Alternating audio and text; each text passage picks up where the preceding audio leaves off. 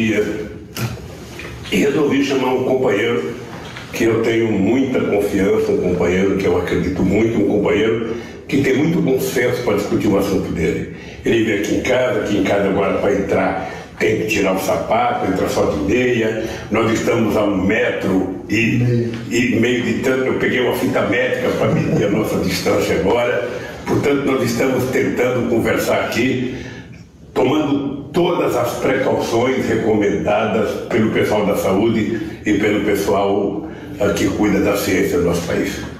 Haddad, nós estamos vivendo vários problemas de uma só vez. O que me assustou, sobretudo ontem à noite, foi o comportamento do presidente da República. Eu sei que a crise é grave, o coronavírus é uma coisa muito, muito delicada, já atingiu todos os países do mundo. Certamente há 3 meses atrás tinha gente que não acreditava que fosse possível sair da China e chegar ao Brasil. Já chegou em quase todos os países do mundo. E agora o que nós precisamos é tomar atitude para que não atinja muita gente, que não mate muita gente no Brasil. Nós vamos salvar o maior número de vidas possíveis e para salvar a vida da gente vai ter que diminuir as pessoas infectadas. E para diminuir as pessoas infectadas, nós vamos ter que ter uma precaução, o confinamento, ou sabe, manter as pessoas sozinhas. E eu fiquei assustado porque o papel de um governante é tentar orientar a sociedade, é tentar orientar baseado em informações científicas, ou seja, o presidente tem o Ministério da Saúde, que tem presidente de várias instituições que cuidam da saúde, que tem vários institutos de pesquisa, que tem muita gente importante nessa área e que tem dado uma determinada orientação. Para minha surpresa, o presidente ontem aparece na televisão de forma intempestiva, fazendo uma guerra política contra a sociedade brasileira, contra governadores, contra prefeitos, que estão tentando acatar as orientações dadas pelo próprio Ministério da Saúde, subordinado ao presidente da República.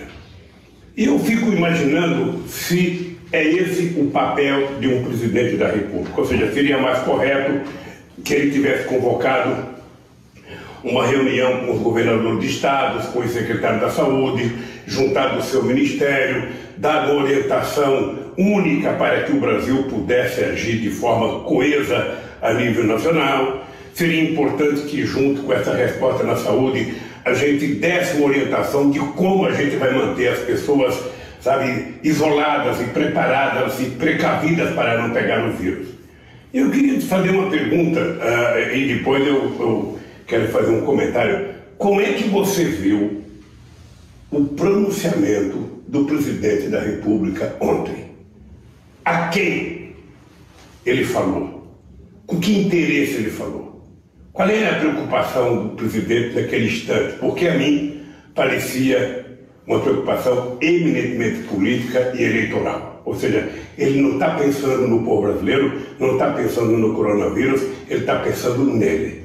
Então eu queria saber como é que você interpretou.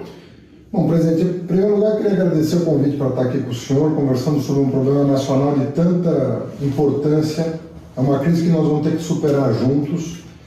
Eu fico preocupado com o comportamento errático do presidente, né?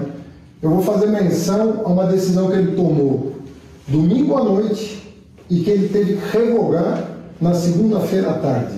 Ou seja, uma decisão que não durou 24 horas. Aí já na segunda-feira de manhã já estava revogando. Pois é. Ou seja, no domingo ele toma a decisão de que os empresários poderiam parar de pagar salário por 4 meses, sem que o governo dissesse para os trabalhadores em geral como iam sobreviver nesse período.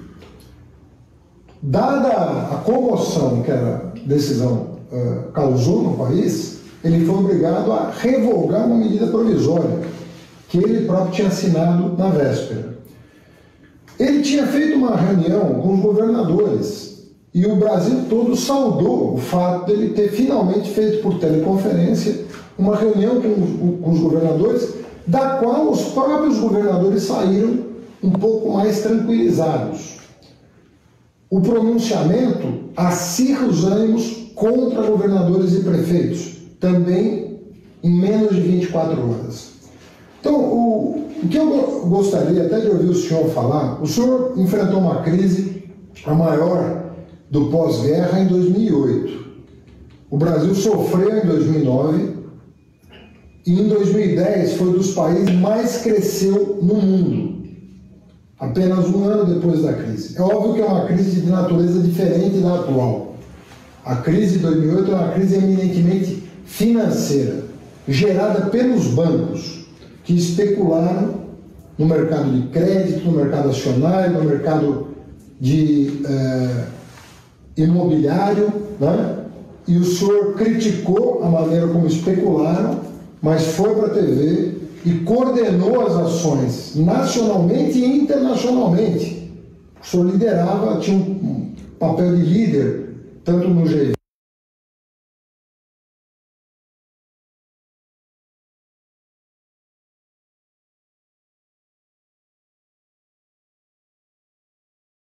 quanto nos BRICS, quanto aqui no Mercosul, na Unasul, e nós conseguimos sair em 2010, gerando emprego, gerando renda, com mais crescimento, com mais bem-estar. Repito, é uma crise diferente a que nós estamos vivendo hoje, que começou como uma crise sanitária, mas que pode afetar a economia se nós não soubermos caminhar, transitar por ela. Então eu queria perguntar ao senhor, eu queria que o senhor comentasse, na condição de chefe de Estado, em 2008, quando a crise se abateu, todo mundo dizia que ia arrebentar o Brasil, né? O senhor teve a maturidade de conduzir o país para fora daquela crise. Como é que o senhor vê esses movimentos erráticos de quem deveria estar liderando o país e coordenando as ações? Quer dizer, num dia diz uma coisa, no dia seguinte se desmente, e assim nós estamos nos atropelando, não é? Por falta de uma liderança sóbria, né? Que tenha autoridade junto a governadores, prefeitos, autoridades sanitárias, junto a chefes de estados de outros países, junto à Organização Mundial da Saúde, que emitiu nota hoje, dizendo que o Bolsonaro está equivocado, que não é assim que se deve proceder, vai faltar UTI para quem estiver doente. Então, eu queria que o senhor passasse mais do que as decisões que um governante tem que tomar, mas a metodologia de tomada de decisão, o procedimento pelo qual o senhor se informou sobre a crise de 2008 e como o senhor liderou a saída da crise. Haddad, o problema é que o presidente Bolsonaro, ele nunca fez questão de pensar em todos. Ele foi eleito pensando numa parcela da sociedade e ele tenta governar dando resposta a uma pequena parcela da sociedade que é minoritária, sempre com um discurso raivoso contra aqueles que pensam diferente deles. Esse é o problema do presidente Bolsonaro. Ou seja, um presidente da República, ele tem uma disputa durante o processo eleitoral, acabou as eleições. Bolsonaro nunca se preocupou com isso. Eu lembro que na crise de 2008, que era uma crise diferente dessa, eu conversei com muita gente para que a gente pudesse tomar atitudes que fossem atitudes de consenso.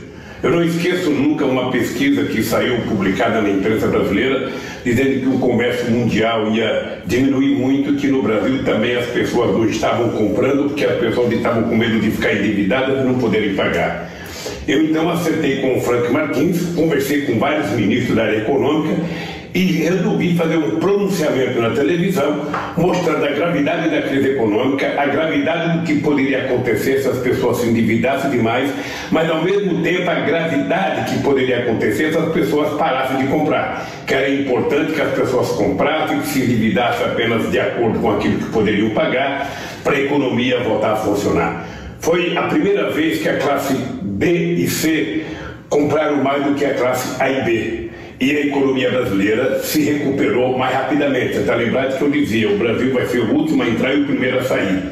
E aconteceu isso. Nessa crise agora, que é uma crise mais grave, porque a gente já vinha com uma crise econômica, ou seja, o milagre econômico que a elite brasileira prometeu com o impeachment da Dilma não aconteceu em nenhum momento, e a crise estava já muito ruim no mundo inteiro, possivelmente reforçada pelo coronavírus na China, e a China se transformando no motor da economia mundial. Na medida que ela baqueia, o mundo inteiro baqueia, a crise econômica já vinha vindo, vem a crise do coronavírus, e pega o governo totalmente desprevenido, porque ele não se cuidou. O governo poderia ter se informado, aprendido um pouco o que aconteceu na China, o que estava acontecendo no mundo, para tomar cuidado, para evitar que, junto com a crise econômica, você tivesse uma crise de coronavírus que pudesse ceifar a vida de muita gente nesse país.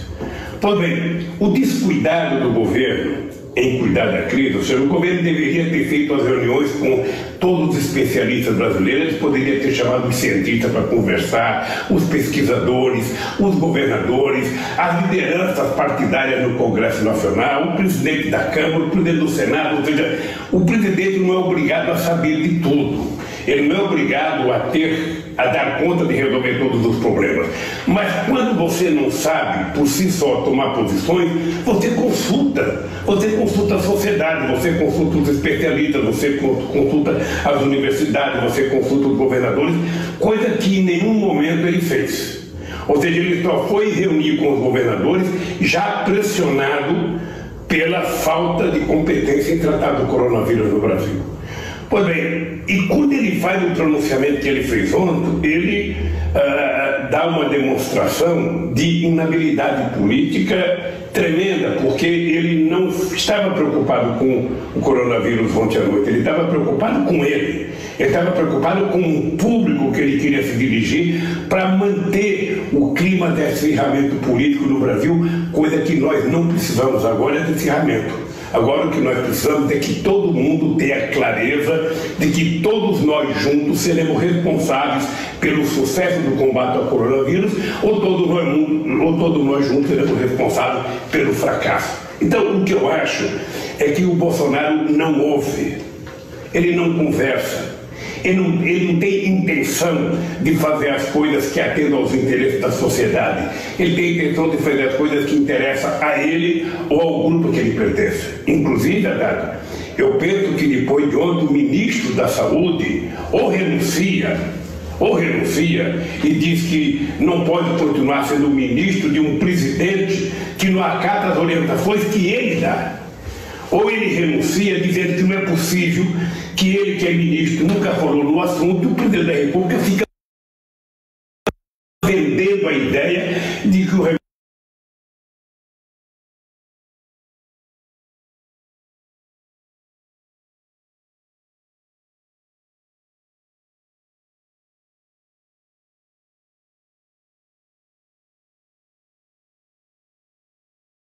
da malária é o remédio que vai curar, sabe, o coronavírus sem nenhuma prova científica, apenas com desejo por causa de uma falha do presidente Trump. Ora, nós temos aqui centros de pesquisa de extraordinário, eu poderia citar apenas o Oswaldo Cruz, ou citar a Fiocruz, ou seja, ele já poderia estar pesquisando, não, mas ele não se preocupa com a verdade, ele não quer a verdade. O que ele quer é criar o caos no país. Ora, nesse momento, Haddad, eu acho que o presidente da República deveria ter aparecido na televisão para dizer o seguinte: olha, é grave, nós precisamos isolar as pessoas mais vulneráveis, nós precisamos cuidar das pessoas, nós precisamos cuidar das crianças, nós precisamos saber que setor produtivo vai continuar produzindo no país, como é que nós vamos cuidar dessas pessoas terem segurança no serviço, porque as pessoas têm que produzir alimentos, as pessoas têm que produzir coisas, remédios para a sociedade. Então, nós vamos cuidar de fazer com que a economia funcione sem colocar ninguém em risco nesse país. Esse era o papel do Estado.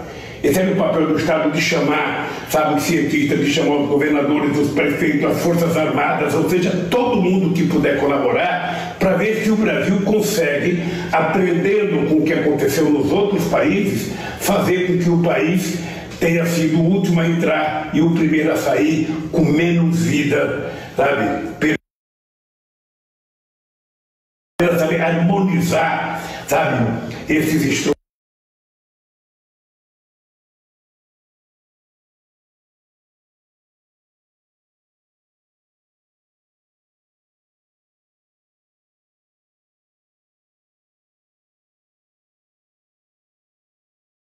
E o presidente da República, lamentavelmente, não sabe. Ele todo dia faz uma ofensa às pessoas, todo dia ele quer brigar com alguém, todo dia. E ele nós teremos muito mais problemas, e eles serão muito mais graves, quanto menos responsável for o presidente da República. O presidente da República existe não é para propor o caos, ele existe para tentar harmonizar a sociedade brasileira entre os seus atores, entre as instituições, para que a gente possa dar conta dos problemas que nós temos. Isso vale para o coronavírus, mas isso vale para a economia, isso vale para outra coisa qualquer. Esse é o papel do presidente. Na hora que tiver uma eleição, vai ter a disputa e aí ganha quem tiver mais voto, ganha quem ganhar. Mas não pode fazer de tudo uma disputa eleitoral. Acho que nós estamos numa situação complicada, porque eu acho que o Bolsonaro não tem estatura psicológica para continuar governando o Brasil. Ou esse cidadão renuncia, ou se faz o impeachment dele, ou alguma coisa, porque não é possível que alguém esteja tão irresponsável de brincar com a vida de milhões de pessoas como ele está brincando. Sabe? Sem nenhuma prova, sem nenhum conhecimento de causa. Deus queira que não morra ninguém, Deus queira que ninguém, ou seja, Deus queira que morra o menos possível, que o menos possível de gente tenha gripe, mas o dado concreto é que o papel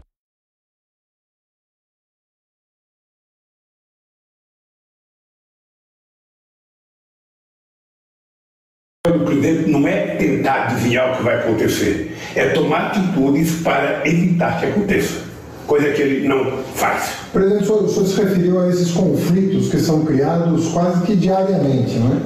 De uma semana para cá, nós tivemos, a partir do dia 15, um conflito seríssimo com o Supremo Tribunal Federal e com o Congresso.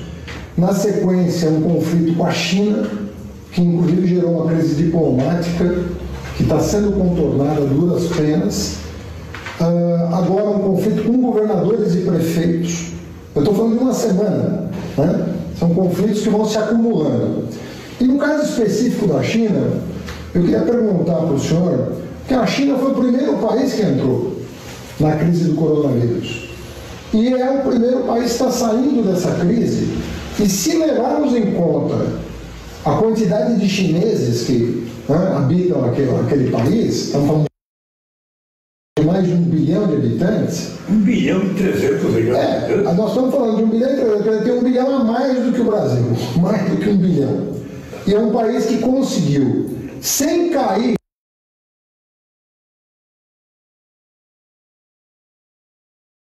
na falsa oposição entre cuidar da saúde e da economia, porque cuidou dos dois. A China não parou de produzir e a China confinou quando teve que confinar.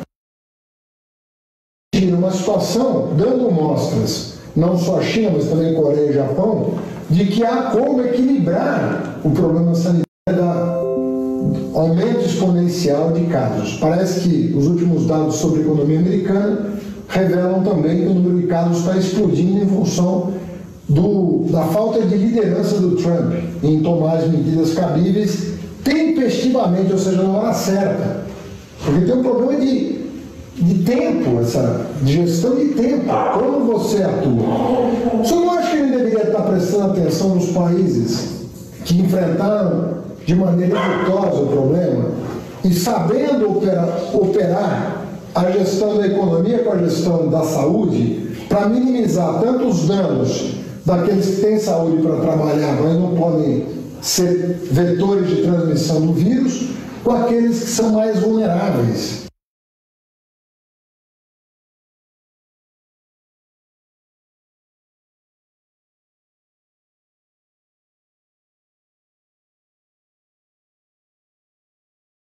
E não podem ter contato nesse momento, correndo risco, ou por doenças prévias, ou pela idade, de estarem em condições de vulnerabilidade. Haddad, eu acho que a China, ela teve um comportamento exemplar. Porque quando aconteceu o problema no estado que tinha 12 milhões de habitantes, o governo chinês não vacilou em isolar aquela região do restante da China para tentar evitar que o vírus chegasse na mesma proporção em outra cidade, e conseguiu. E conseguiram. Veja, é verdade que foi o primeiro país a ter o coronavírus e foi o primeiro país a dar uma resposta positiva no combate ao coronavírus. Tanto é que hoje eles estão tentando ajudar vários países do mundo, estão se oferecendo para vender produtos ou para doar produtos para outros países. O Brasil deveria pegar isso como exemplo. Mas a impressão que eu tenho é que se o ministro da Saúde de um lado parece civilizado e quer ter acesso a isso, parece o presidente da República incivilizado, não querendo, tendo um modo próprio de se comportar. Ora, numa época como essa, Dade, é importante a gente atentar o seguinte: em se tratando de saúde do povo, em se tratando de um inimigo invisível como o coronavírus, a gente não tem que ficar regateando dinheiro para combater esse mal. É como se você tivesse um comprimido que a pessoa fala, você vai ter que tomar de 8 a 8 horas e você pega um só, parte em 10 vezes e tenta tomar aquele comprimido em 10 vezes.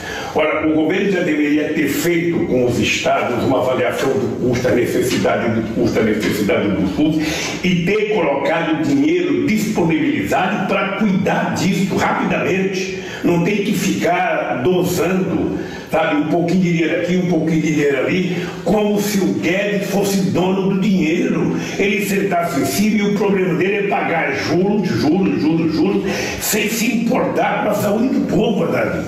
Ou seja, a segunda coisa é o seguinte, é que você pode utilizar recursos, você pode produzir dinheiro através do Tesouro para cuidar da crise e você pode, ao mesmo tempo, fazer investimento na economia.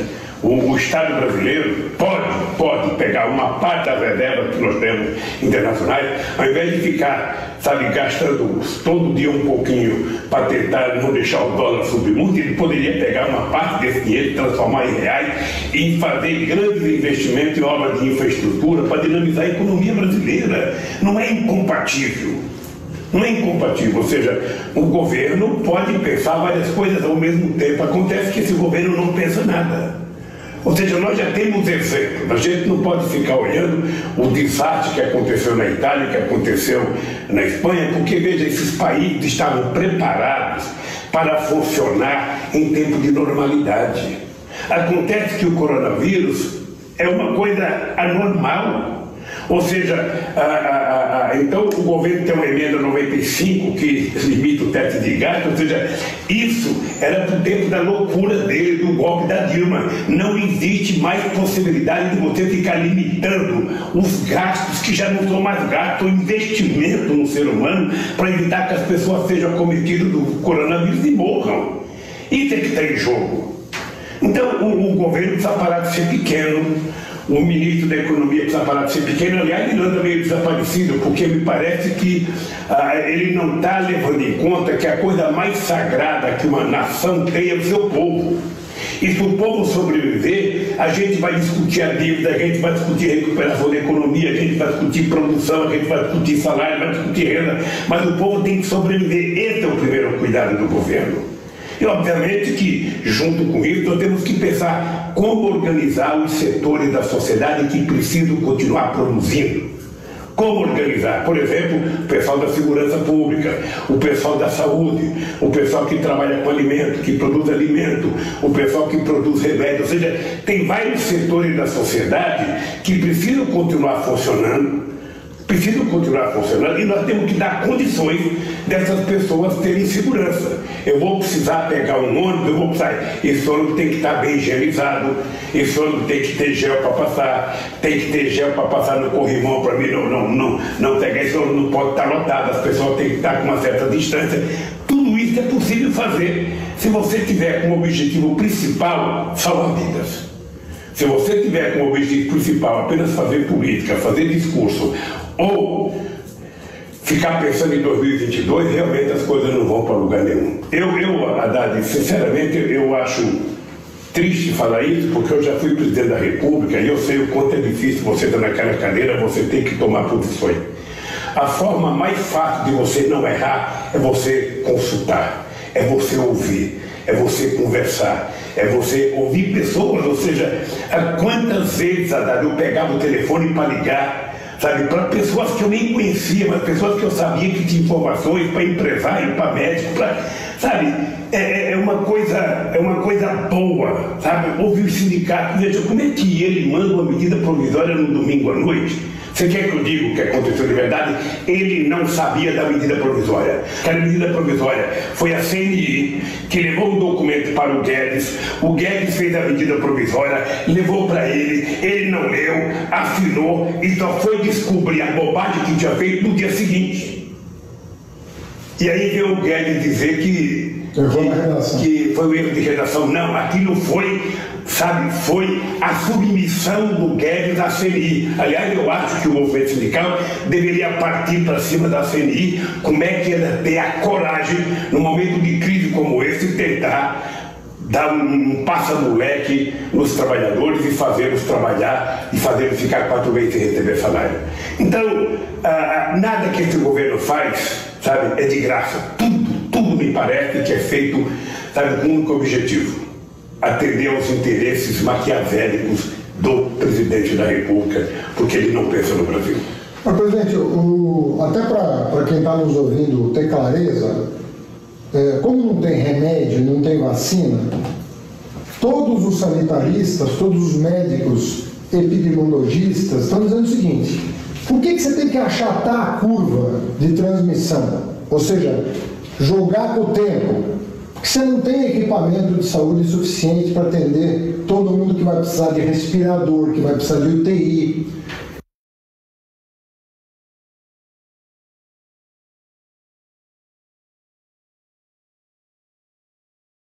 E aí, o governo passa uma imagem equivocada para a sociedade, dizendo o seguinte: olha, no mundo só morre velho. No mundo só morre velho ou doente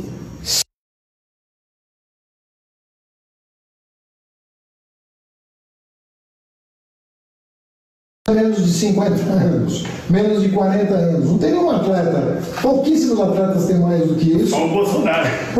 Só o Bolsonaro que viciou, que apesar de ser atleta... Ou seja, o que eu queria perguntar é o seguinte: nós sabemos do coronavírus pelo menos desde dezembro, na verdade desde novembro, nós sabemos do coronavírus. De lá para cá, o governo brasileiro teve 4 meses de vantagem sobre o governo chinês, 3 meses de vantagem sobre o governo coreano, 3 meses de vantagem sobre o governo japonês, 2 meses de vantagem sobre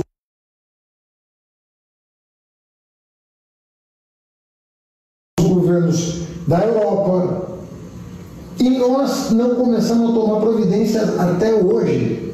Não é providência de dizer vamos para a rua e vamos ver o que dá. Providência séria de fazer com que as pessoas que forem infectadas tenham chance de sobreviver ao vírus, que não tem uma letalidade tão alta se houver tratamento, se a pessoa receber o tratamento adequado.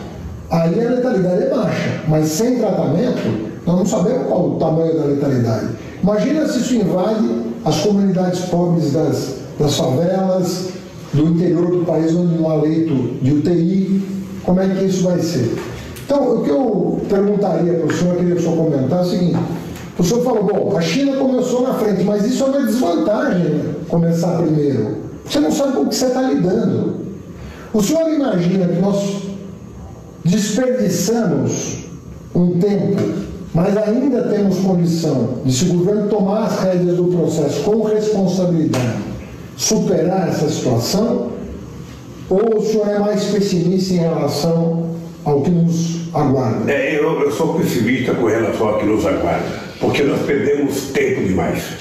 Nós não fizemos a lição de casa que deveríamos ter feito desde o começo. Possivelmente por conta da compreensão do presidente de que isso é uma gripezinha, que ele é atleta e que, sabe, não vai acontecer. Se ele tivesse agido com responsabilidade, se tivesse liberado os recursos no tempo certo, se tivesse orientado através do Ministério da Saúde os estados e os municípios a fazer as coisas corretas, quem sabe a gente já tivesse máscara, quem sabe a gente já tivesse respirador, quem sabe a gente já tivesse feito o teste em todo mundo. Sabe? Quem sabe já tivessem feito milhões de testes. Ou seja, entretanto, como eles brincaram achando que a China é longe, não vai chegar no Brasil, é um vírus chinês, não vai chegar no Brasil, ou seja, sabe, ele deve entender que a Terra é plana, portanto, sabe, era mais difícil de chegar aqui. Bom, o dado concreto é que chegou. Olha, o que eu acho? A gente não tem que ficar lamentando, a gente tem que trabalhar mais. Tem que trabalhar mais. Eu estou vendo os governadores se dedicarem, todos os governadores do Sul, do Sudeste, do Nordeste, estão todos tentando fazer aquilo, porque ninguém quer carregar nas costas a responsabilidade pelo desastre, sabe, que mata milhares e milhares de pessoas. Então, eu acho importante os governadores continuarem assim, os prefeitos continuarem assim, e o presidente da República tomar juízo, ou o Congresso fazer com que as coisas aconteçam. A minha opinião, eu volto a repetir, sabe, nós temos um povo ordeiro, nós temos um povo que tem problema, o povo não tem salário, por isso é que nós decidimos que o Estado deveria garantir uma renda mínima que fosse igual a um salário mínimo para todo mundo, para a gente atravessar esse maremoto que está acontecendo. Ou seja, eu conheço histórias na Segunda Guerra Mundial de pessoas que ficavam dias e dias sem ter o que comer, dias e dias. Nós não precisamos disso. Nós não precisamos disso. Nós temos quem produzir, precisamos organizar a produção, precisamos organizar a distribuição e precisamos organizar, sabe, para que as pessoas possam receber o mínimo necessário para continuar comendo as calorias e as proteínas necessárias. Mesmo aí você tem uma escala preferencial. Você tem as pessoas mais vulneráveis, você tem as pessoas mais pobres, as pessoas que estão desempregadas, você tem os trabalhadores autônomos, você tem o pessoal que trabalha em aplicativos. Toda essa gente mais vulnerável tem que receber do Estado a garantia de que, olha, você não vai faltar o pão para você tomar café, não vai faltar o teu almoço, não vai faltar a tua janta. Você não vai ter, sabe, como é que fala, excesso de comida, mas as proteínas e as calorias necessárias você vai ter. Sabe, isso em época de guerra nós temos que fazer isso. Sabe, não tem que ter limite de pensar o que eu vou investir, ou seja, nós temos que investir. Veja que eu não estou utilizando a palavra gasto, eu estou utilizando a palavra investir, porque nós estamos tratando de vida. Gasto é quando eu deixo o dinheiro parado no banco para pagar juros e as pessoas morrendo de necessidade na rua, morrendo de frio, sabe? Morrendo de outras doenças mais elementares.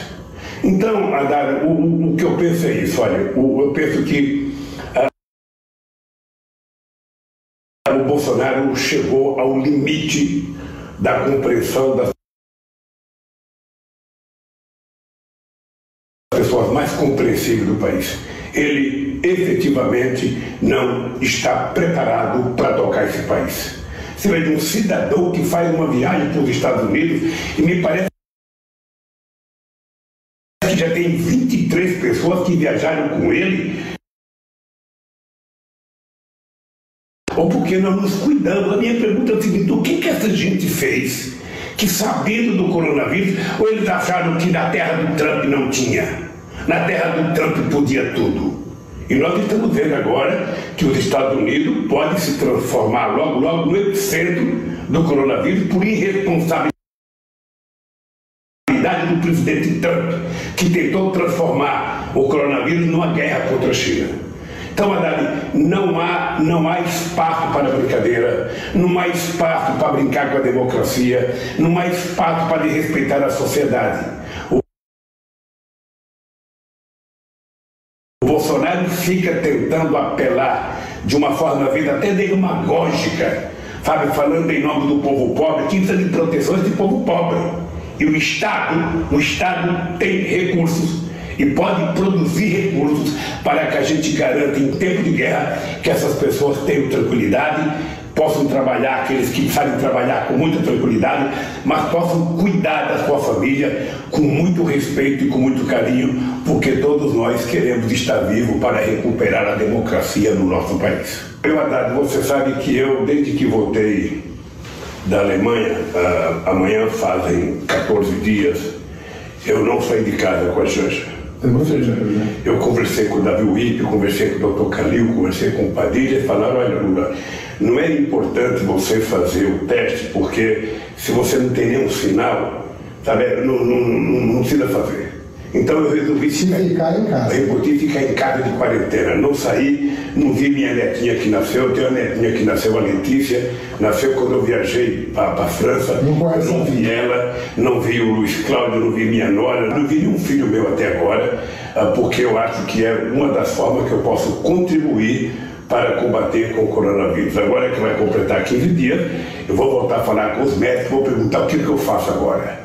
A verdade é que eu tenho 74 anos, eu me sinto bem, eu me acho saudável, mas a gente não brinca com doença. Claro. Esse vírus não tem amigo, esse vírus só tem, sabe, gente que ele quer derrotar. E eu resolvi lutar, e uma das formas que eu tenho de lutar é me preparar, é me precaver.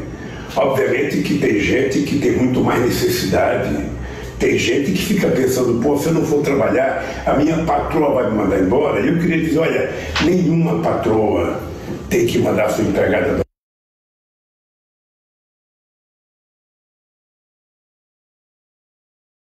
doméstica embora. Por favor, libera a sua empregada doméstica e paga o salário. É a contribuição para o humanismo que você está dando nesse momento.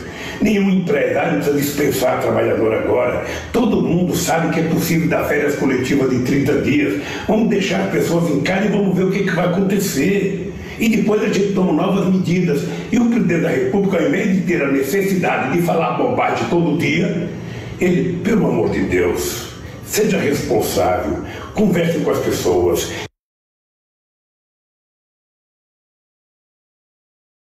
Discuta com o Congresso, discuta com os governadores, discuta com...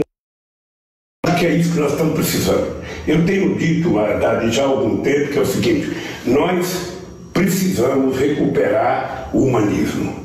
Nós precisamos recuperar a ideia da solidariedade. Nós precisamos recuperar a ideia, sabe, de que nós temos que estender a mão um para os outros, porque nesse momento todo mundo precisa de apoio de todo mundo. Sabe, não pode uma pessoa querer ir no supermercado e comprar tudo que tem lá, deixando os outros sem nada. Tem gente que está comprando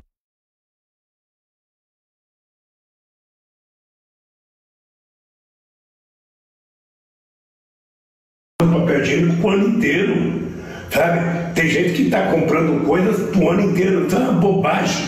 Nós temos que nos respeitar. Nós temos que saber que atrás de nós tem uma outra pessoa que é ser humano,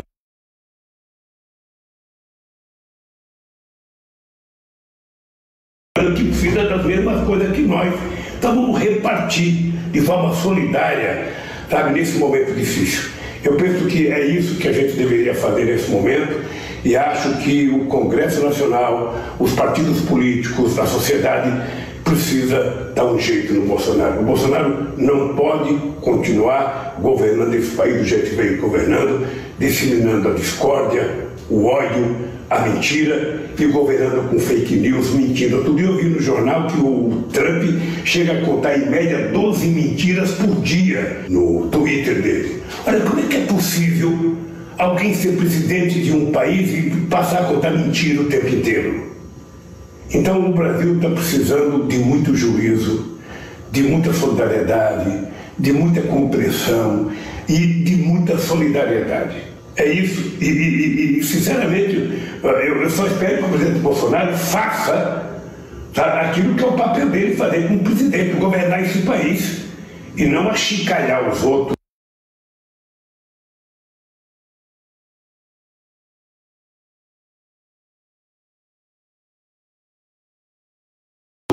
desmentir os outros, provocar os outros e fazer papelão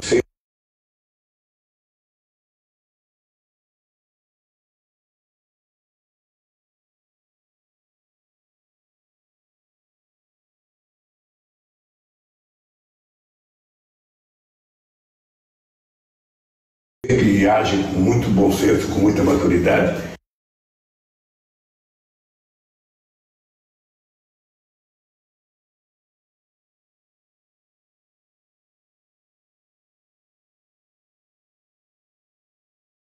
Eu acho que esse momento é um momento em que a gente precisa estar todo mundo junto.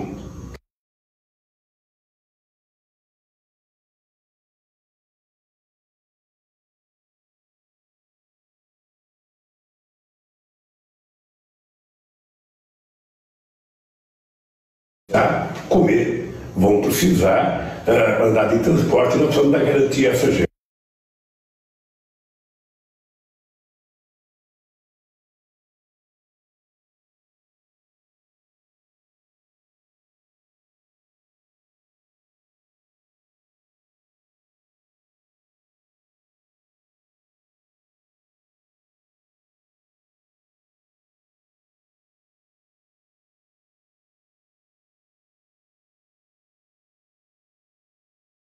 Crise você assume com responsabilidade e capacidade de gestão. Crise, o homem público se imbuam da responsabilidade que assumiram e conduzam o país com a ajuda de todos para a gente superar essa situação. Parabéns, Lula, por todo... Eu acho que mais uma coisa importante é o seguinte, é que o Congresso Nacional, através da liderança dos partidos políticos, chamasse o Ministério da Saúde ao Congresso Nacional para ele dar uma explicação do comportamento do presidente. Porque ou o presidente está errado ou ele está errado. Não é possível chamar o presidente da Anvisa. Que história é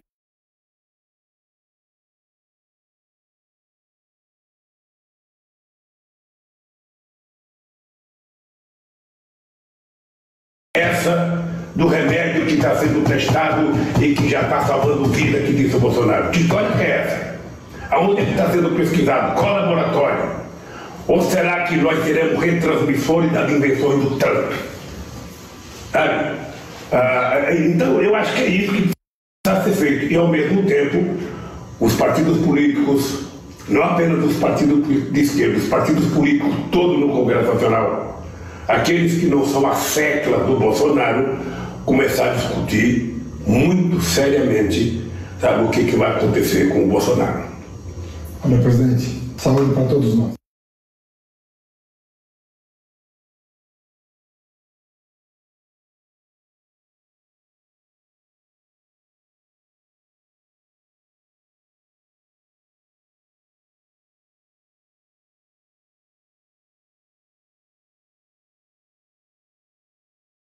Você se pergunta como um candidato com tão poucas qualidades e com tantos defeitos